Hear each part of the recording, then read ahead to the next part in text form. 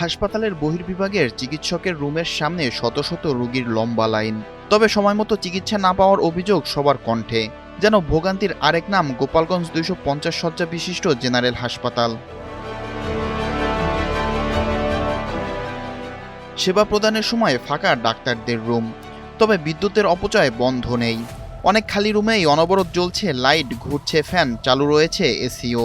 অভিযোগ রয়েছে সরকারি দায়িত্ব পালন না করে অনেক ডাক্তার সময় দেন বেসরকারি ক্লিনিকে। এই যে ধরেন 8টার সময় আইসি, আমি কয়টা বাজে? 11:30 বাজে গেছে, 3 ঘন্টা। ক্ষতি আছে না আমার তো বাসায় লোক রয়েছে, আবার এখানে আসলাম, কোনো ওষুধও পেলাম না, কিছু না। আর যে ব্যবহার অটবয়কে বাবা, সেটা জন্য রাইবে অ্যাক্সিডেন্ট। না কোনো রুমই থাকে না, সব রুম তালা দেওয়া, দেখেন যে সব রুম তালা দিয়ে। 8টা 8:30 বাজে আইসি এখানে, মানে 9টা বাজে ডাক্তার আসবে, ডাক্তার দেখবে। এখনো ডাক্তার আসে না, 11টা বাজে লাগছে। দালালেরা একবার এদিকে টানে, একবার এদিকে টানে, ক্লিনিকে নিতে চায়, টাকা চায় অনেকগুলা। মনে করেন কতগুলা দেখেন চ্যাম্পারিং, একটা ডাক্তার নাই, সব রুগী ভরা। এই পরিস্থিতিতে অনেকেই ঘন্টার পর ঘন্টা লাইনে দাঁড়িয়ে থেকে কাঙ্ক্ষিত চিকিৎসা না পেয়ে ফিরে যাচ্ছেন। রিপোর্টও দেবে না, ডাক্তার এখনো আসে নাই। রিপোর্ট করতে গেলে রিপোর্ট আজকে দেবে না, বলে কাল কি হবে। আর কখন কি করবো আমরা, এখনো যদি ডাক্তার না আসে? বলেন অনেক দূরে, আমি আমার ছেলেরা ডাক্তার দেখাতে আসছি, সকাল 8টায় আসছি, এখনো ডাক্তার আসে নাই, এখন 11টা বাজে। আমি ডাক্তার দেখাতে আসছি 9টায়, 11টা বাজে, এখনো ডাক্তার আসি নেই। দালালকে বেশি সমস্যা, এই আগের থেকে পিছনে করে, পিছের থেকে আগে করে। প্রেসক্রিপশন দেওয়ার পরে দালালটা দেখা গেছে প্রেসক্রিপশন টানিয়ে নিয়ে ক্লিনিকে নিয়ে যায়, ওখানে ধরে এখানে ধরে। এই দালালকে এই সমস্যাটাই বেশি।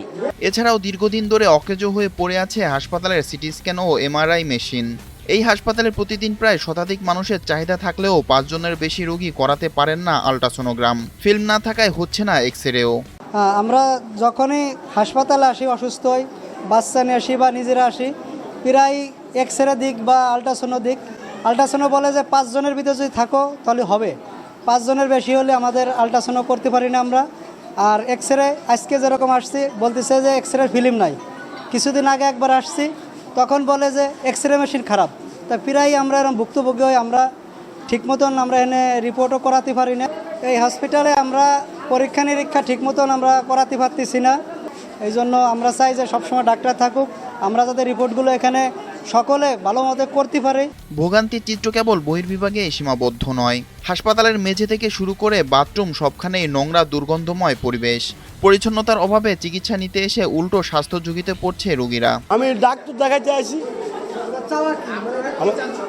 আমার চাওয়া সরকারের কাছে এটা নিয়ে করা, ডাক্তার ঠিকমতো বসা, রুগী দেখা। এই দালালের খেদন, দালাল বেশি জ্বালাইতে আছে, বজির করে টানি টানি নিয়ে যায়।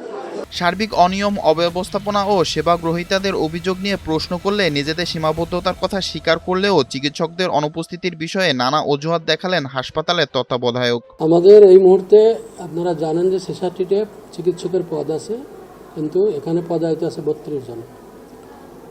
এতেই বুঝতেছেন অর্ধেকের কম আছে।